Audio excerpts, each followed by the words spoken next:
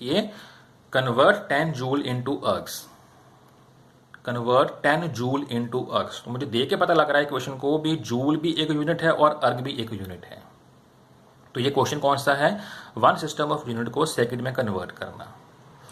तो अब मुझे क्लियर है कि जूल जो है वो बेटा एनर्जी का यूनिट होता है, एनर्जी हो गया, वर्क हो गया, उसका ऐसे यूनिट होता है। तो मैंने ऐसे यूनिट ऑफ सिस्टम से अर्ग में जाना है, और अर्ग कौन सा होता है, अर्ग जो है वो सीजीएस यूनिट है एनर्जी का। सीजीएस पढ़ा था ना हमने, जिसमें यूनिट ऑफ लेंथ सेंटीमीटर होता है, यूनिट ऑफ मास ग्राम होता है, यूनिट ऑफ टाइम सेकंड होता है।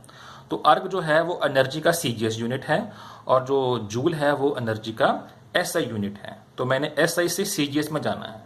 ये मुझे पहले पता होना चाहिए कि दोनों के यूनिट किस चीज को रिलेट कर रहे हैं।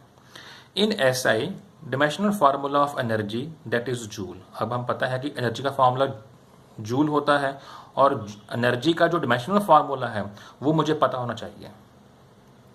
अब याद करिए, फार्मूला ऑफ एनर्जी मैंने बताया था आपको, m1 L2 T-2।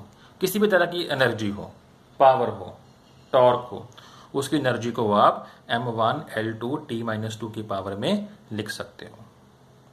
ठीक है, तो इसकी एनर्जी को याद करने में जो अब A है, अब देखो इसकी जो पावर्स हैं उसको देखिए, यहाँ पर A जो है वो 1 के इक्वल है, B जो है वो 2 के इक्वल है, और C जो है वो -2 के इक्वल है। कैसे?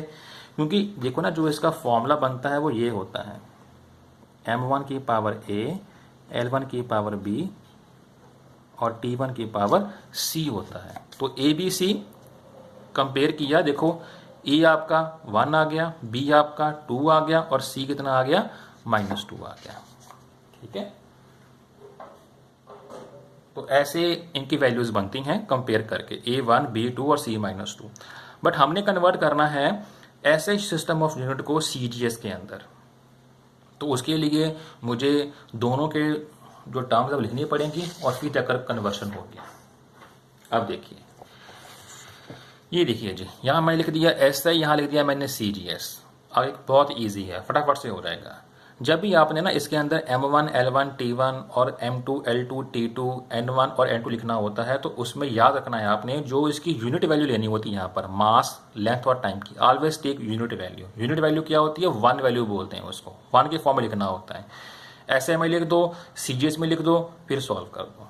अब देखो, मास है इसका m1 SI में, L1 T1 n1 मैंने 10 क्यों लिया, तो मुझे बोला गया है 10 जूल को कन्वर्ट करो, तो जूल SI में आएगा, तो 10 n1 बन गया। m1 आपका 1, क्योंकि इसकी आपने यूनिट वैल्यू लेनी है, 1 1 1, यहाँ भी 1 1 1, ये मैंने फाइंड करना है n2। अब इसके यूनिट क्या आएंगे, यूनिट मास का होता है किलोग्राम में, लेंथ का होता है मीटर में, टाइम का होता है सेकेंड में। यहाँ यूनिट कैसा होता है, मास का ग्राम में, लेंथ का सेंटीमीटर में, और टाइम का सेकेंड में होता है। n2 फाइंड करना है।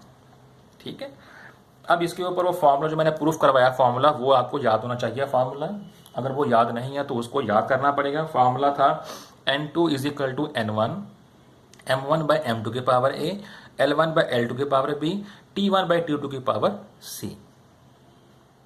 ठीक है जी, यहाँ n1 10 है, तो आपने n2 फाइंड करना है। पता लगे कैसे ये 1 1 1 आया, क्योंकि हमने यूनिट वैल्यू लिखनी होती है यहाँ पर। n2 यहाँ पर सेम रह गया, n1 गिवन है हमें 10, m1 कितना है जी 1 kg, m2 है 1 g। पावर क्या आ गई ऊपर, a b c थी, तो a पावर क्या थी डायमेंशनल फार्मूले में, a 1 है, b 2 है, c -2 है, तो a की पावर 1 आ जाएगी। आगे देखिए, L1 by L2 की पावर b है।